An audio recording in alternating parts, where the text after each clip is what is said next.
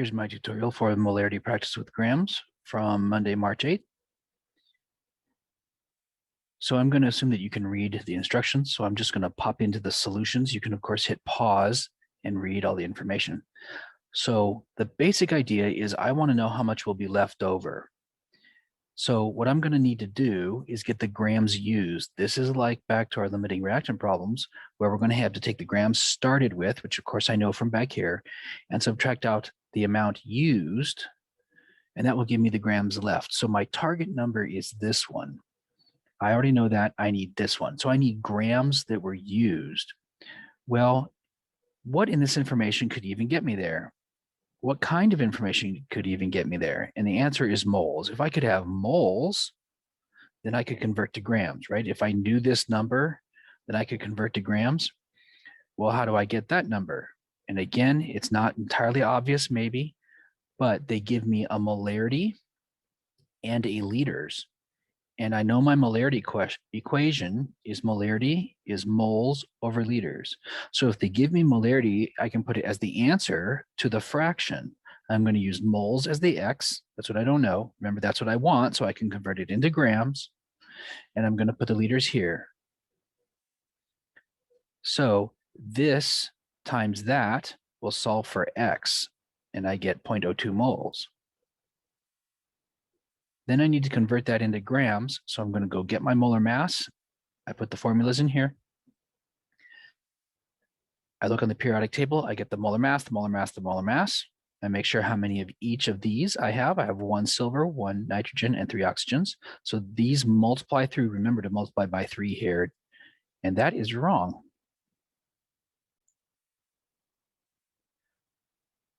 So I'm going to go get the molar mass. I gave you the formula up here.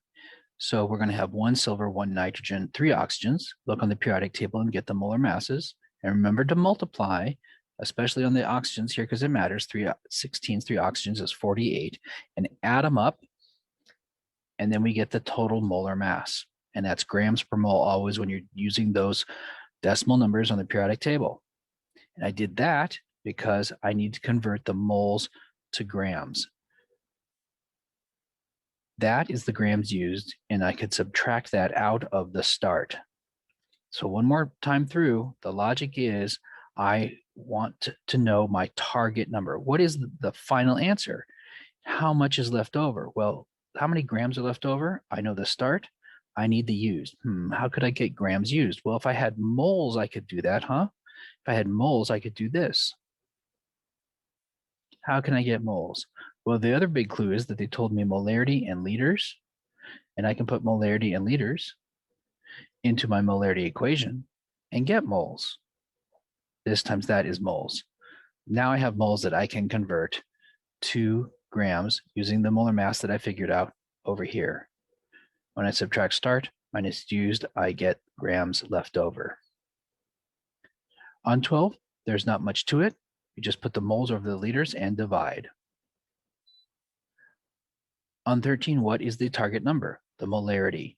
Okay, what do I need for molarity? I need moles and liters. They don't give me moles, so I have a hole in my information for a moment. I don't know this. Well, what could give me moles? And the answer is grams. If I could convert the grams to moles, I could have the moles number for this. So what I'm going to do is take the grams and set it up to convert to moles. Then the hole in my information here is the molar mass. So write out how many atoms you have of each type. I have 12 carbons, 22 hydrogens, and 11 oxygens. Look on the periodic table. This is a molar mass of 12, 1, and 16. Multiply through. So we get the total masses for each species of atom. We're going to add them up. And this is the total overall molar mass, the grams per mole for the whole molecule. I did that because I needed this part here so I could convert my grams to moles. And I did that because I had a hole in my information here. At this point, I filled in all the holes in my information, and I have a fraction that I can use to divide and get molarity. On 14, what is the target number? The molarity. What don't I have? I don't have moles for my molarity equation. So again, we're going to chase down this number. They give me grams and they give me a formula. If I could convert the grams to moles, I would have this number. So I can set this up, but then I have a hole in my information here. Again, I go and generate the molar mass, and the formula is told you here. I have 1 osmium and 3 fluorines. Look on the periodic table, we get the molar masses. Make sure to multiply, especially for fluorine, of course. And then we're going to add these up. Here's my molar mass. And I did that because I had a hole in my information here, so I can convert to moles. And I needed that because I had a hole in my information here. And now I finally have a fraction that I can divide and get molarity. In 15, it's pretty straightforward. I just put my moles over the liters, except that, remember, I need to push the decimal 3 spots left. Milliliters is smaller than liters.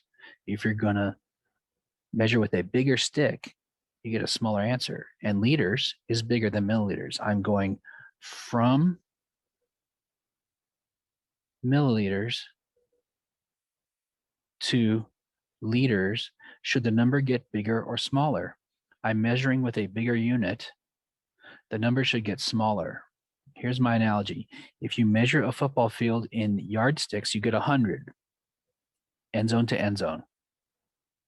If you measure it in pencils, you get a number that is much greater than 100, right? How many pencils long is a football field? Well, the answer is a lot more than 100. If you use a shorter stick, you get a bigger answer. If you use a bigger stick, you get a smaller answer. I'm going to start using here, so to speak, a bigger stick. I'm going to get a smaller answer. And they are different by a factor of 1,000, which is 3 decimal points. Or just memorize that when you go from milliliters to liters, you get smaller by 3 decimal points. And I cannot put milliliters in here. I must put liters. So this is what I'm going to use over there. And then I can divide and get molarity. On 16, what is my target number? Molarity. What do I need? I need moles per liter. Well, they told me liters. So the hole in my information is moles. What could give me moles? Well, the grams could give me moles. If I could convert the grams to moles, I would have the moles. So the hole in my information is here. I'm going to go chase down this number. I will convert my grams to moles, and I need the molar mass. So again, I'm going to write down the number of each species of atom. I'm going to look up the molar masses on the periodic table, multiply through, add them up, and I did that because I didn't know this number here. I didn't know the molar mass to convert my grams to moles.